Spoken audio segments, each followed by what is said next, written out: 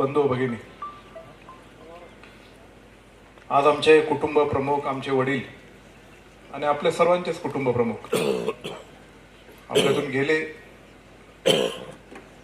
तिच्या दुःखामध्ये फक्त बेनके परिवारच नाही, पण तालुक्यातले प्रत्येक गाव वाडीतला व्यक्ती आणि महाराष्ट्रातले अनेक त्यांच्याबरोबर काम केलेल्या व्यक्तींना झालं. आणि गेले 10 दिवसामध्ये अनेक लोक आमचं सांत्वन करण्यासाठी भेटून गेलेले आहे. वल्लभशेठ बेनके साहेबांची कीर्ती किती होती हे सर्वांना माहिती आहे आणि अनेक वक्त्यांनी इथं बोलून दाखवलं. ज्या 10 दिवसामध्ये अनेक लोक आम्हाला भेटून जायचे आणि बेनके साहेबांबद्दल त्यांचे अनुभव सांगायचे, न ऐकलेले लपलेले पैलू बेनके साहेबांचे जेव्हा कानावर आले, तेव्हा नेतृत्व करत असताना एखादा नेता काय काय करत असतो या सगळ्या गोष्टी आम्हाला तिथं ऐकायला मिळाल्या. ऋण निर्देश कसं करावं हा माझ्या समोर एक प्रश्नच आहे. तुम्ही जे पूर्वीपासून जे बेनके साहेबांना आमच्या कुटुंबावर प्रेम केले, ते ऋणातून किती शब्दात जरी व्यक्त केलं तरी ते मुक्त होऊ शकत नाही. 1985 साली वल्लभशेठ बेनके साहेबांना शरदचंद्रजी पवार साहेबांच्या आशीर्वादाने या तालुक्याचे नेतृत्व करण्याची संधी मिळाली आणि त्यानंतर सातत्याने विजय होऊ नाही तर पराभव, साहेबांनी कायम बेनके साहेबांना आमच्या कुटुंबाला प्राधान्य देण्याचं काम केलंच आहे. आणि 2004ला जेव्हा ते निवडून आले त्यापासून अजितदादांची साथ या तालुक्याच्या विकासाला, वल्लभशेठ बेनके साहेबांच्या नेतृत्वाला, आणि त्यानंतर मी 2014ला उभा राहिलो, पराभव झाला, 2019ला निवडून आलो.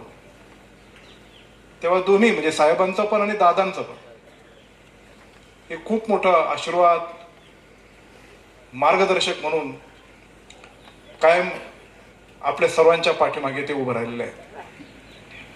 एवढं प्रेम तुम्ही सर्वांनी केलेलं आहे. हे प्रेम तुम्ही जेव्हा करतात तेव्हा वल्लभशेठ बेनके साहेबांची जी शिकवण आहे की तालुक्यातल्या जनतेच्या प्रती आत्मसमर्पण, आपलं कर्म म्हणजे तालुक्यातल्या लोकांची, सर्वसामान्य जनतेतली, सर्व जाती धर्मातल्या लोकांची सेवा करणे, सेवाच हा आपला धर्म आहे. आणि त्या सेवेच्या माध्यमातून आपण पुढे गेलं पाहिजे ही शिकवण बेनके साहेबांची आम्हाला कायम राहिली. मला अजूनही तो दिवस आठवतोय. एकदा लोकसभेच्या उमेदवारी म्हणून आपला राष्ट्रवादी काँग्रेस पक्षाचा उमेदवार कोण म्हणून पक्षांतर्गत जेव्हा चर्चा चालायच्या, तेव्हा मंगलदास बांधल एकदा बेनके साहेबांकडे आले, म्हणले अतुलला उभा करा. वल्लभशेठने त्याला सांगितलं की माझ्या बापाने कधी मला सांगितलं नाही तू उभा राहा, आणि मी त्याला सांगणार नाही, ते त्यांनी ठरवायचं, आणि तू नको इथं येऊ आमच्या येतात, असं गमतीने बोलायचं. तो स्वभाव होता आणि अशीच त्यांची भाषा असायची. आणि जेव्हा आम्ही पहिल्यांदा निवडणुकीला 2014ला उभा राहिलो, तेव्हा साहेबांची तब्येत बरी नव्हती. साहेबांच्या बरोबरीने आणि अनेक तरुण सहकारी म्हटले की ठीक आहे, आता साहेबच उभे राहिले पाहिजे, नसन उभे राहत तर मग आता आपल्याला अतुलला उभं करण्याशिवाय गत्यंतर नाही. मला ते म्हणाले उभा तर राहतोय, निवडून येशील पडशील काय माहित नाही, पण एकदा उतरला तर मागं फिरायचं नाही, लोकांच्यासाठी काम करत राहायचं. आणि म्हणून ते सेवा आपण हातात धरला. 2019ला आपण सर्वांनी प्रेम केलं. ऋण निर्देश करून ह्या प्रेमातून उतराई आम्ही होऊ शकत नाही. आमच्या कुटुंबाने आमच्या जवळचे जे सहकारी त्यांनी असं ठरवलेलं आहे की पुढच्या 1 वर्षभर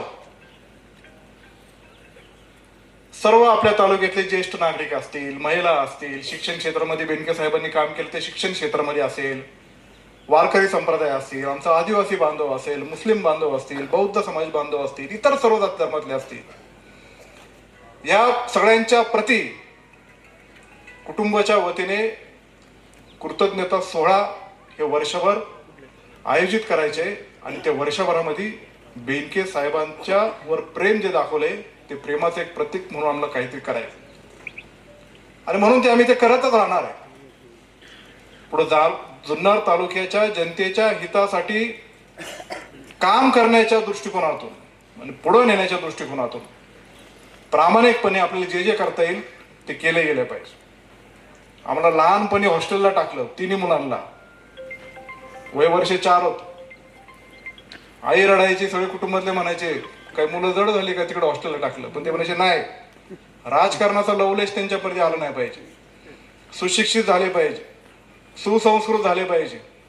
आणि कॉलेज जीवन संपून जेव्हा इथं आलो तेव्हा म्हणले चारित्र्य जपलं पाहिजे, तालुक्याची सेवा करायची. हे आम्ही वल्लभ शेठचे वाक्य आम्ही कधी विसरणार नाही. आणि त्यांनी आम्हाला जे घडवलंय, या तालुक्याचा विकास हा होतच राहील. कुणी आमदार झालं, कुणी लोकप्रतिनिधी झालं, तो विकास करणारच आहे. पण तालुक्याची संस्कृती आणि तालुक्याची पुढची पिढी ही चांगली कशा पद्धतीने घडेल याचं भान माझ्यासह आपण सर्वजण एकत्रितपणे वल्लभ शेठ बेनके साहेबांच्या विचाराने पुढे जाण्याची भूमिका आपण निश्चित प्रकारे ती घेऊयात. आम्ही एक कुटुंब, या तालुक्यातल्या जनतेसाठी आम्ही काही संस्थांची चर्चा केलेली आहे. अत्यंत अल्प दरात सर्व आरोग्यावर उपचार होईल, पर कॅथलॅबपासून सगळ्या गोष्टी, असं एक चॅरिटेबल हॉस्पिटल आम्ही उभं करण्याचा आमचा मानस आहे. पुढच्या 2-3 वर्षामध्ये ते उभं करून या तालुक्यातल्या ग्रामीण भागातल्या जनतेची सेवा कशी करता येईल ते आम्ही करणार आहे. या तालुक्यामध्ये राजकारणातच काम केलं पाहिजे असं नाही, पण समाजकारण पहिलं ध्येय डोळ्यासमोर ठेवून आणि तालुक्याच्या हितासाठी जे जे करता येईल त्या दृष्टीने पुढे जाण्याचं काम मी आणि आमचे सर्व सहकारी भविष्याच्या कालावधीमध्ये आमच्या शेवटच्या श्वासापर्यंत वल्लभ शेठसाठी हे आम्ही कायम करत राहणार आहे, एवढा हा माझा मानस आहे. एकच गोष्ट सांगतो, MIT कॉलेज आहे डॉक्टर साहेब, MIT कॉलेजमध्ये पॉलिटिकल गव्हर्नन्सचा एक कोर्स आहे. त्या पॉलिटिकल गव्हर्नन्सच्या कोर्समध्ये राजकारणामध्ये ज्यांनी उत्तम कामगिरी केलेली आहे अशांचं मार्गदर्शनाचं लेक्चर सुद्धा आयोजित केले जायचे. आणि मग देशाचे अनेक मंत्री, राज्यामध्ये अनेक प्रदीर्घ काळ ज्यांनी नेतृत्व केले त्यांचं, प्रशासनातले अधिकारी जे असेल त्यांचं, पण वल्लभ शेठ बेनके साहेबांची त्यांनी निवड केली. त्यांना विचारण्यात आलं की तुम्ही का निवड केली त्यांची? असे अनेक आमदार आहेत, त्यांच्यापेक्षा जास्त टर्मचे आमदार आहेत, पण त्या MIT कॉलेजने असं सांगितलं की हा जो नेता आहे याच्याकडे कुठली मोठी संस्था नाही, सहकार क्षेत्राचं स्वतःच्या केंद्रित असणारं कुठलं जाळं नाही, फक्त संघटनेच्या जीवावर सातत्याने निवडणुकीला सामोरे जाणं आणि त्यामध्ये चांगल्या पद्धतीचं यश प्राप्त करणं, ही संघटना या माणसाने कशी जवळ ठेवलेली आहे याचं मार्गदर्शन घेण्यासाठी आम्ही त्यांना इथं बोलवलेलं आहे. वल्लभ शेठ बेनके साहेबांची जी ताकद होती, माणसं जोडायची आणि माणसं कशा पद्धतीने जोडायची आणि त्यांच्या मागे कशी ताकद लावायची, ही त्यांच्या आयुष्यामधली ही खूप मोठी शिदोरी आम्हाला पेलवल का नाही माहीत नाही, पण ते पुढे नेण्याची निश्चित प्रकारे आम्ही सगळेजण काम करू.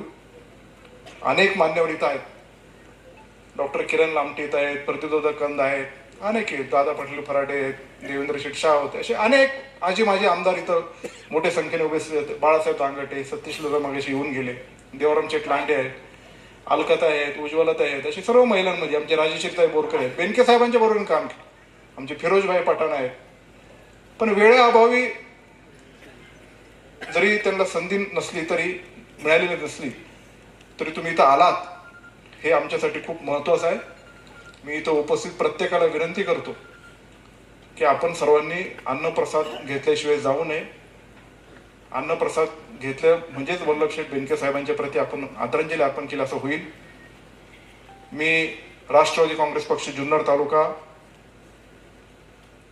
आमचा बेनके परिवार यांच्या वतीने आपलं सर्वांचंच ऋण निर्देश करतो. आणि त्याचबरोबर हे जे 2 व्यक्ती आहेत, अनिल पाटील आणि अविनाश इंगवले, यांनी गेले 10 वर्ष साहेब आजारी असताना त्यांचं केअरटेकर म्हणून खूप सेवा केली.